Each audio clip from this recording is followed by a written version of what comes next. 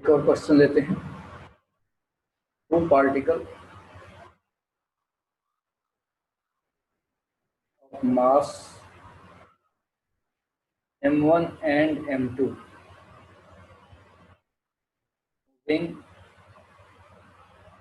with velocity u1 and u2 in perpendicular direction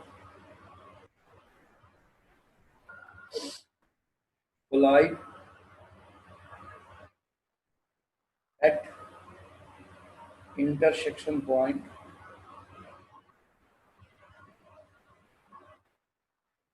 and stick to each other.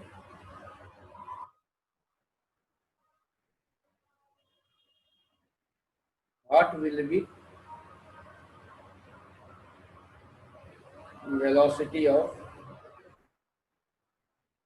combined mass?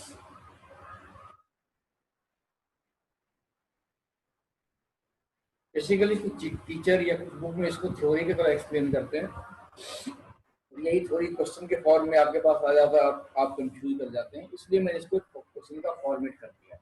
Basically it is just a illustration to explain the conservation of momentum. दो body टकराया तो external force नहीं लगा तो momentum conserve होगा। इस सवाल के अकॉर्डिंग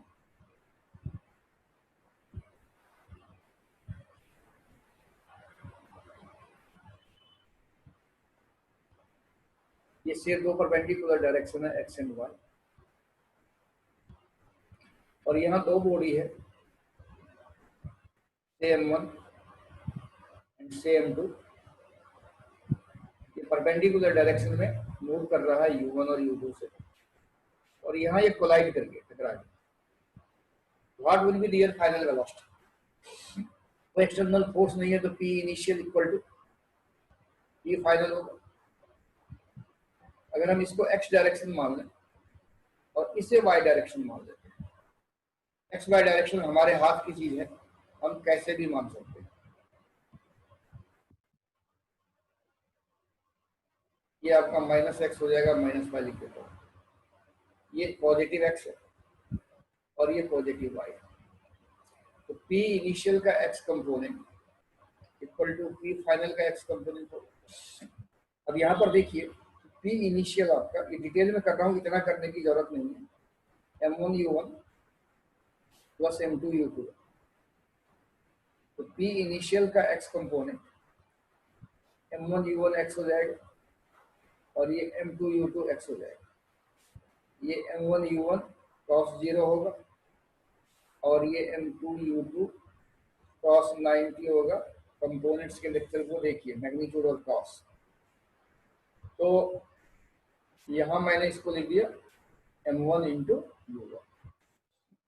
सिमिलरली अगर हम बात करें पी आई वाई की, वाई कंपोनेंट की, ये m1 u1 y plus m2 u2 y होगा।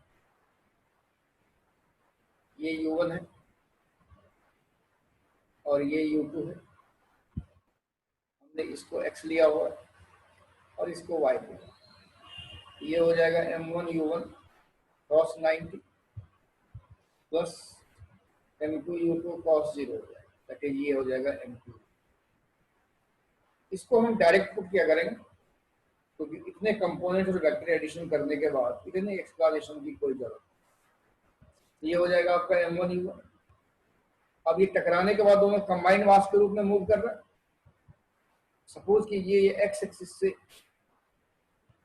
सपोज ये एक्स एक्सिस से थीटा एंगल पर मूव किया, ये एंगल थीटा वाला, ये आपका x direction,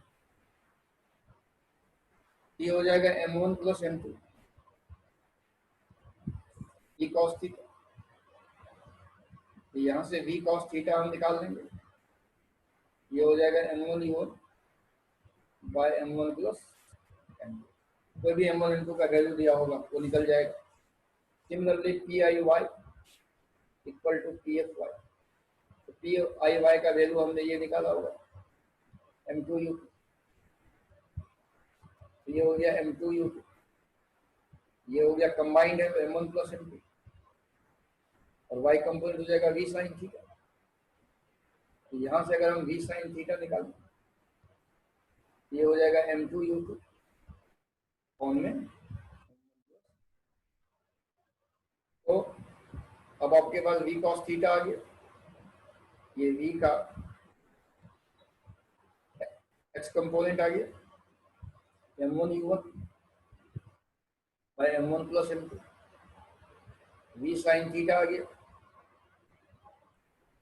M2U2 upon M1 plus M2, square करके ऐड कर देंगे v square cos square theta उस v square sine square theta, इसको हम अल्फा बोल देते हैं, इसको हम बीटा बोल देते हैं, कैलकुलेशन लंबा ना हो, अल्फा बीटा न्यूमेरिकली आ जाएगा। तो v आ जाएगा आपका square root of alpha square plus beta square, ये वैल्यू निकाल लीजिएगा और इसको डिवाइड कर दें v sine theta upon v cos theta, ये हो जाएगा M2U2 अपॉन में M1 plus M2 divided by M1U1 upon में M1 प्लस M2, की डिनोमिनेटर कैंसिल कीजिए, यहाँ से आ जाएगा आपका tan theta equal to M2U2 upon M1 plus. ये सब सिंपल केसेस हैं, जस्ट इलस्ट्रेशन है कि कुछ छूट ना जाए, अदरवाइज ये आप you are able to solve it, आप इसको देख के बना लीजिए। इसी तरीके से एक सवाल है कि एक ऑब्जेक्ट है,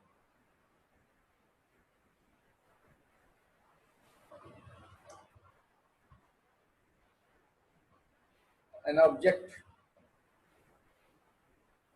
of mass 5m explode into 3 pieces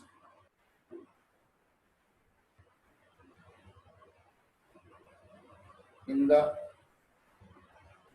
mass ratio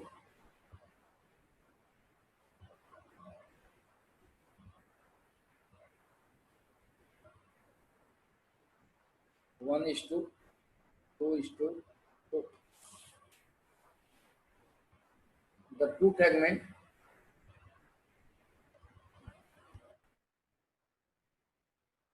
of equal mass moves perpendicularly. Find velocity of third mass.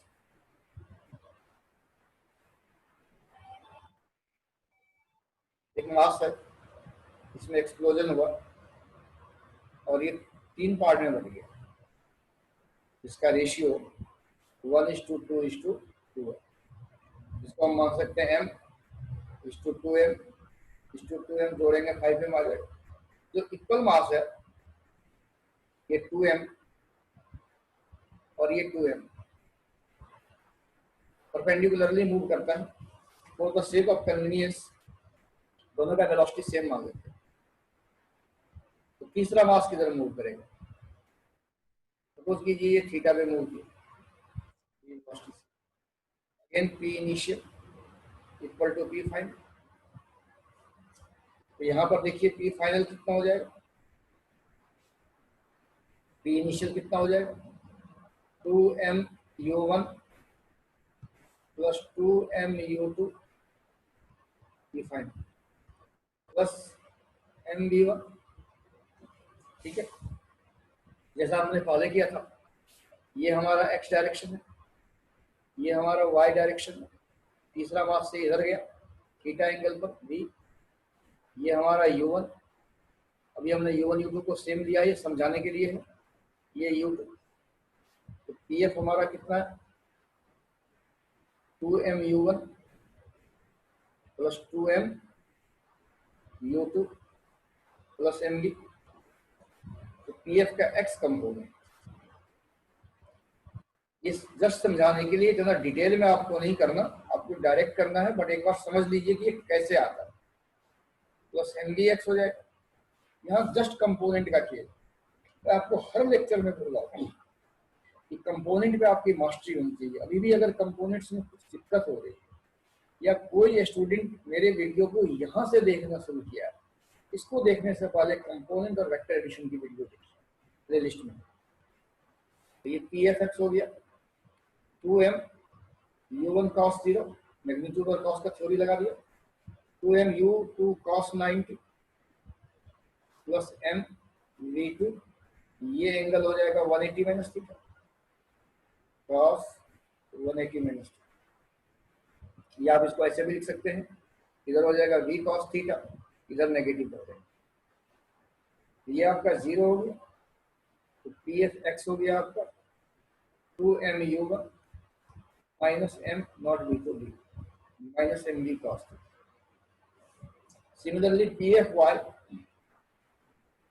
2m u1y 2m u2y plus m v1y हो जाएगा। तो PFY हो गया आपका 2m u1 cos 90 plus 2m u2 cos 0 magnitude और cos plus m v cos, ये angle इधर आ जाएगा, ये v साइन थीटा, या तो आप यहाँ पर माइनस साइन लगा दीजिए, plus m minus v sine theta, या इसको आप v cos 90 प्लस थीटा भी लिख सकते हैं, क्योंकि ये एंगल 90 प्लस थीटा बनेगा। ये पी एफ वाई आ जाएगा आपका 2m u2 minus M V sine. ये डिटेलिंग हो गया, बट इतना डिटेल करने की जरूरत नहीं है। तो P I equal to P F, P I 0 है, तो P I X equal to P F X हो गया। पी आई आपका 0 है, पी एफ एक्स हो गया 2m u1 minus M V cos theta, तो एम वी कॉस थीटा हो गया आपका 2m u1।